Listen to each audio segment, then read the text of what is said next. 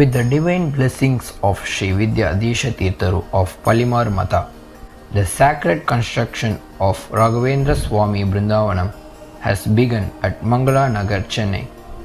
This holy initiative, estimated at around 1.2 crores, invites you generous support at just 5,000 per square feet.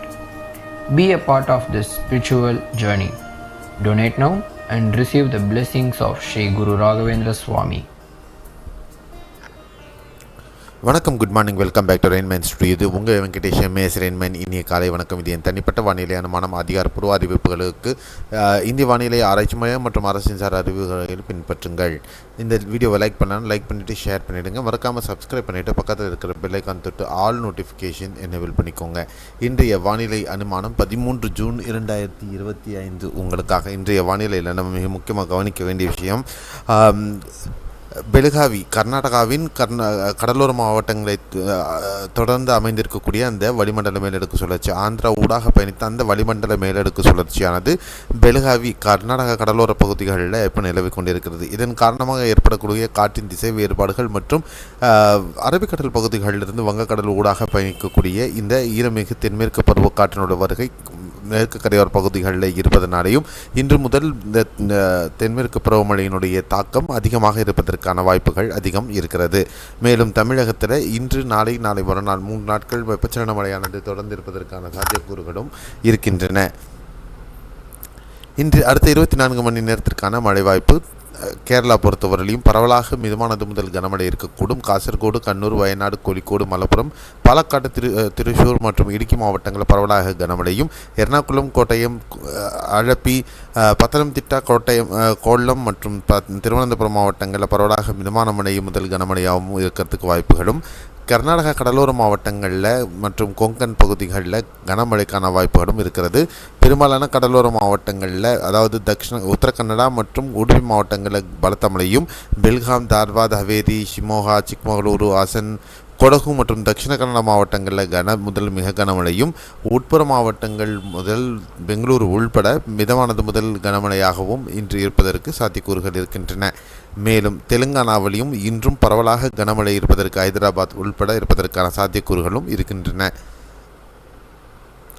ஆந்திராவில் பொறுத்தவரையிலும் உட்பட ராயலசீமா பகுதிகளில் நேற்று மழையை பார்த்தோம். அதே மாதிரி நெல்லூர், காவாலி, திருப்பதி இந்த பகுதிகளிலையும் வட கடலோர மாவட்டங்கள் சில பகுதிகளிலையும் கனமழை இருப்பதற்கு வாய்ப்புகள் இருக்கின்றன. தமிழகத்தில் பொறுத்தவரை நீலகிரி மாவட்டம் மற்றும் கன்னியாகுமரி மாவட்டத்தில் கனமழைக்கான வாய்ப்புகள் இருக்கின்றன.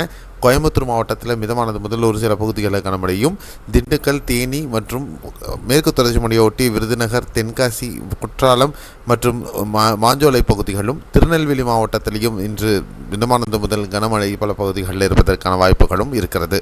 அதே நேரத்தில் சிவகங்கை, திருச்சியின் சில பகுதிகள், அதாவது ஒரு சில பகுதிகள் திருச்சி, திண்டுக்கல் இடைப்பட்ட பகுதிகளில் இருப்பதற்கு மிதமான மழை முதல் கனமழை இருக்க வாய்ப்பு.